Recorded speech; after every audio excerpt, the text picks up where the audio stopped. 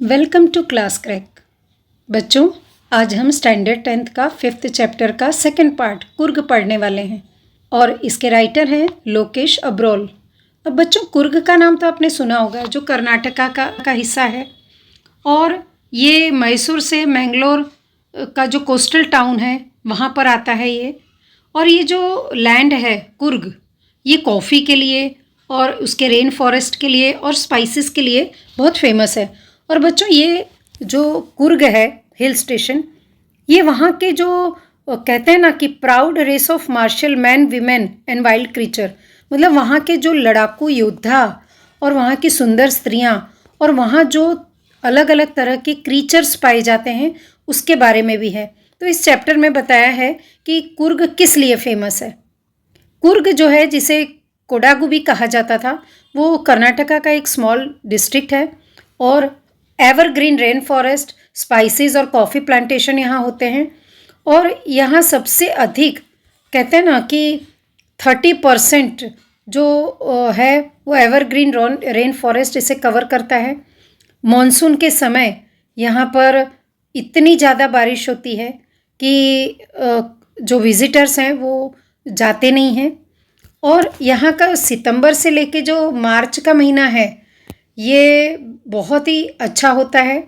जो वेदर है एकदम परफेक्ट होता है। और साथ में जो यहाँ की हवाएं हैं, वो अगर आप हवाओं को स्मेल करोगे, हवा जो आपकी एयर जो चलती है वो अगर आप ब्रीद करोगे तो पूरे ऐसा लगेगा कि पूरी एयर में आपको सिर्फ कॉफ़ी की ही स्मेल आएगी। और यहाँ पर आपको कॉफ़ी एस्टेट देखने को मिलेंगे, कॉलोनियल बंगलोज देखने को मिलेंगे और जो मतलब कहते हैं ना कि बड़ी बड़ी पेड़ों की छाँव के अंदर बड़े बड़े बंगले बने हुए हैं, वो आपको देखने को मिलेंगे। अब यहाँ पर ये बताया गया है कि the fiercely independent people of Coorg are possibly of Greek और अरेबिक डिसेंट। ऐसा कहा गया है कि जो कुर्ग के लोग हैं ये ग्रीक या अरेबिक डिसेंट के माने जाते हैं।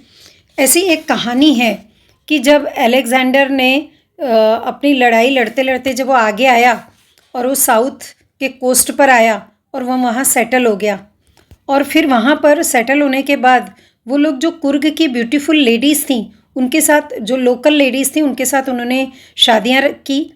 और जो उनका जो कहते हैं ना कि these people are married amongst the locals and their culture is apparent in the martial tradition, marriage and religious rites which are distinct from the Hindu main stream.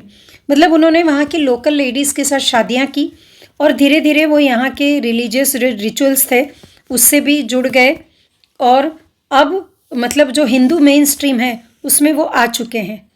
अब यहाँ the theory of Arab origin draws support from the long black coat with an embroidered waist belt worn by the Kodavas known as कुपिया।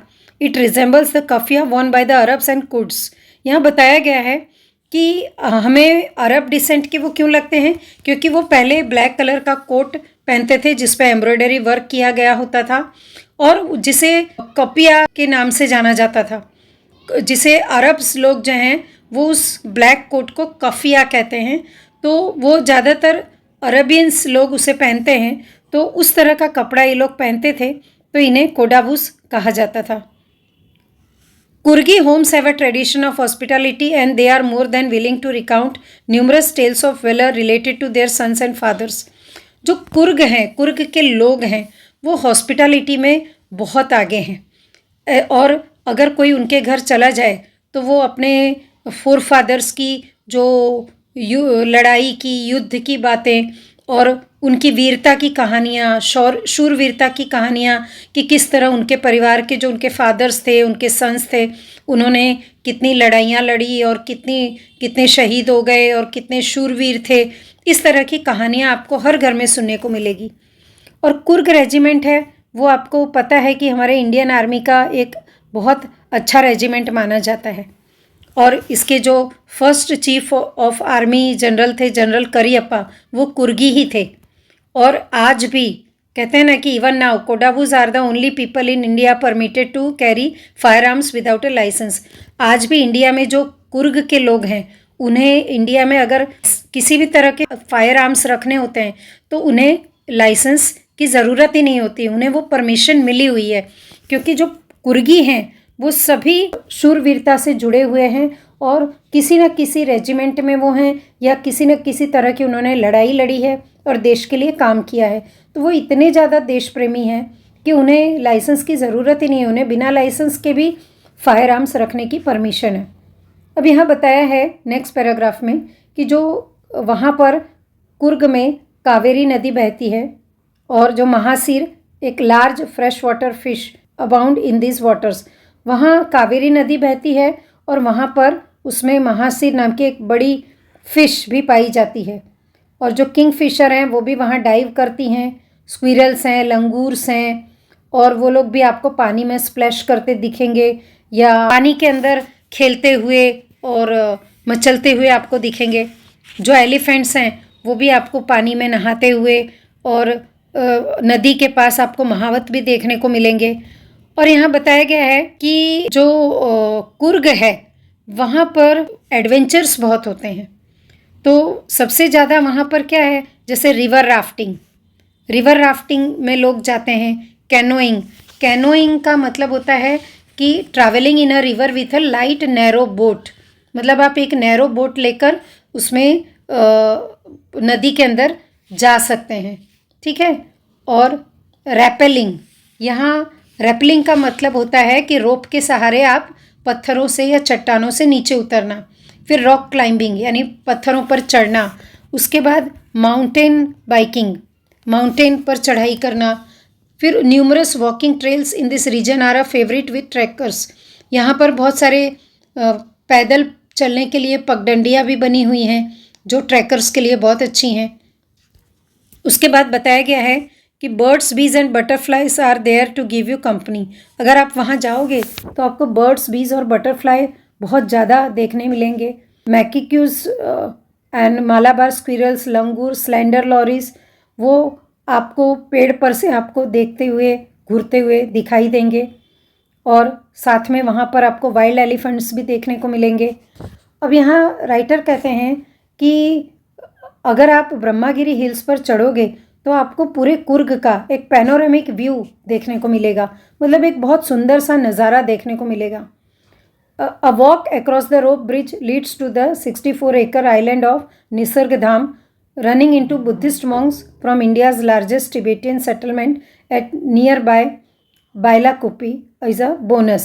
अगर आप वहाँ Brahmagiri hills पर खड़े होकर जो panoramic view देखोगे कुर्ग का, तो आपको वहाँ पता चलेगा कि कुछ दूरी पर अगर आप रोप से नीचे जाओगे तो वहाँ एक छोटा सा आइलैंड जैसा है जहाँ निसर्ग धाम बना है, जिस जगह का नाम है निसर्ग धाम। वहाँ आप जाओगे तो वहाँ आपको जो बुद्धिस्ट मॉन्क हैं, छोटे छोटे मॉन्क्स, वो आपको घूमते हुए दिखेंगे। और वहाँ कहा जाता है कि जो टिबेटियंस हैं वो वहाँ आकर बसे हुए हैं, जो जिसका नाम है बाइलाकुपी। तो वो आपको कुर्ग में अगर आप घूम रहे हो तो अगर आप ये निसर्ग धाम जाओगे तो ये समझो कि आपको एक बोनस मिल गया कि देखने की एक जगह मिल गई। अब यहाँ पर बताया है कि जो मॉन्क्स हैं वो रेड और येलो रोब्स में होते हैं, उनके कपड़े रेड और येलो कलर के होते हैं। और भी बहुत सारे सरप्राइजेज हैं जो आपको कुर्ग में देखने को मिलेंगे। और ऐसा राइटर का ये कहना है कि जो कुर्ग है, ये कहते हैं ना कि अगर आप इंडिया का हार्ट या सोल देखना चाहते हो तो आपको कुर्ग की विज़िट ज़रूर करनी चाहिए। तो बच्चों, यहाँ पर जो हमारे राइटर हैं लोकेश अब्रोल, उन्होंने कुर्ग का एक बहुत सुंदर सा वर्णन इस चैप्टर में किया है। तो आई होप बच्चों आपको ये चैप्टर समझ में आ गया होगा। और आपको समझ में आ गया हो तो बच्चों इस चैनल को सब्सक्राइब कीजिए और ये वीडियो को शेयर कीजिए, कमेंट बॉक्स में कमेंट कीजिए और बेल आइकन को ज़रूर दबाइए। अब बच्चों इसके कुछ क्वेश्चन आंसर हैं जो बोर्ड के लिए इम्पोर्टेंट हो सकते हैं। पहला क्वेश्चन है वेयर इज़ कुर्ग। तो हम आंसर लिख सकते हैं कि Coorg is a small district of Karnataka. It is located midway between Mysore and Mangalore. Second question है कि what is the story about Kodava people descent, मतलब कोडावू जो लोग हैं उनकी ओरिजिन के बारे में या वो कहाँ से आए हैं उसके बारे में क्या कहानी है। तो उसका एक सिंपल आंसर है there is a story behind it. The fiercely independent people of Coorg are possibly of Greek और Arabic descent. A group of Alexander's army moved south along the coast. They settled there because it was quite impossible for them to return. So these people married the local girls, local ladies, and their culture is evident in the martial tradition. The Kodavus wear a long black coat with an embroidered waist belt. It is known as kupia and it resembles the kafia worn by the Arabs and the Kurds. And the third question is, what are some of the things you know about? अब यहाँ पर पूछा गया है कि कुछ चीज़ें हैं, इसमें से मतलब आपको बताना है कि आप इसके बारे में क्या जानते हो. तो पहला है द पीपल ऑफ कुर्ग. तो जिसका आंसर ये होगा, the people of Coorg are fiercely independent. They love and enjoy hospitality. They feel proud in telling numerous stories of valour relating to their sons and fathers. दूसरा क्वेश्चन है the main crop of Coorg. Coorg की main फसल क्या है? तो answer है the coffee is main cash crop of Coorg. तीसरा question है the sports it offers to tourist. तो उसका आंसर है Coorg offers to tourist many sports like river rafting, canoeing, rappelling, rock climbing, mountain biking and trekking. Next question है the animals you are likely to see in Coorg. तो answer होगा the animals that are likely to be seen in Coorg are birds, bees, butterflies, macaques, Malabar squirrels, langurs, slender loris and wild elephants. Last question है its distance from Bangalore and how to get there. तो answer है the distance between Coorg and Bangalore is about 250 to 260 kilometer. There are two routes to Kurg from Bangalore and both are of the same distance. We can get there by rail, air and by road. So these are the answers of these questions. तो बच्चों I hope कि आपको ये समझ में आ रहा होगा. अब यहाँ पर कुछ चीज़ें पूछी गई हैं. जैसे इसमें क्वेश्चन है the animals you like to see Coorg. वो मैंने पहले ही बता दिया. Birds, bees, butterfly, Malabar squirrels, langurs, slender lorises and wild elephants. और डिस्टेंस के बारे में भी मैंने बता दिया. तो बच्चों ये जो मेन 3 क्वेश्चंस हैं ये आई होप कि बोर्ड के लिए ज़्यादा इम्पॉर्टेंट है. तो बच्चों आपको समझ में भी आ गया होगा कि इसका आंसर आपको कैसे लिखना है. तो बच्चों अगर आपको ये वीडियो अच्छा लगे तो प्लीज़ इसे लाइक कीजिए, चैनल को सब्सक्राइब कीजिए और शेयर कीजिए और कमेंट बॉक्स में कमेंट कीजिए. और हाँ बच्चों बेल आइकन को ज़रूर दबाइए. अपने और भी फ्रेंड्स वगैरह को शेयर कीजिए video. Thank you so much.